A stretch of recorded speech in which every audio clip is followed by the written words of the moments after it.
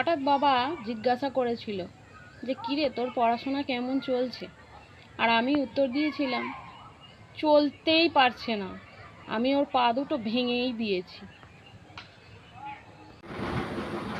রাতে ঘুমানোর আগে অন্তত একটা মশা মেরে ঘুমাবেন, তাহলে দেখবেন বাকি মশারা ওই একটা মশার সৎকার করাতে ব্যস্ত থাকবে আর আপনি নিশ্চিন্তে ঘুমাতে পারবেন।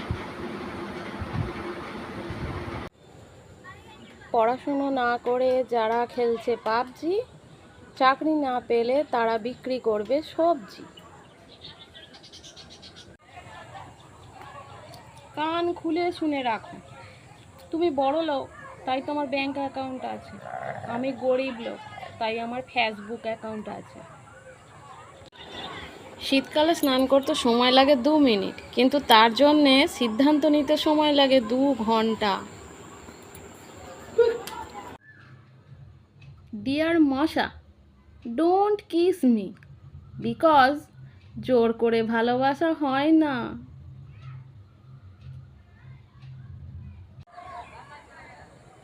আমি সবার সাথে বকবক করি না, কিন্তু যাদের সাথে বকবক শুরু করি তাদেরকে পাগল বানিয়েই ছাড়ি। আমি গরমে ঝলসে যাই, কোনো ব্যাপার না, কিন্তু সিলিং ফ্যানটা রেস্ট পাচ্ছে না দেখে আমার মার কি কষ্ট।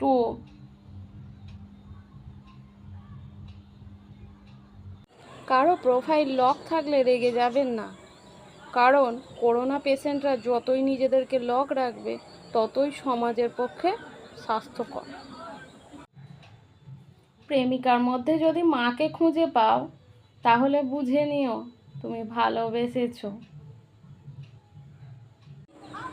উচিত কথা বলার কারণে কেউ যদি তোমাকে দূরে সরিয়ে দেয় তাহলে তুমি দূরেই থাকো, নিরাপদে থাকবে। যে তোমাকে দূরে সরিয়ে দিয়েছে জানবে সে কখনোই তোমার আপন ছিল না। টাকাকে ভালোবাসুন, দেখবেন দুনিয়া আপনাকে ভালোবাসবে। কেউ আঘাত করলে তাকেও তাড়াহুড়ো করে আঘাত করতে যাবেন না, ধৈর্য ধরুন। মনে রাখবেন, শরীরে ক্ষত অবস্থায় নড়াচড়া করলে ব্যথা কিন্তু বেশিই পাবেন। হঠাৎ বাবা জিজ্ঞাসা করেছিল যে কিরে তোর পড়াশোনা কেমন চলছে। আর আমি উত্তর দিয়েছিলাম চলতেই পারছে না, আমি ওর পা দুটো ভেঙেই দিয়েছি। আজব শব্দ এই সরি। মানুষ বললে ঝগড়া শেষ হয়ে যায়, আর ডাক্তার বললে মানুষ শেষ হয়ে যায়।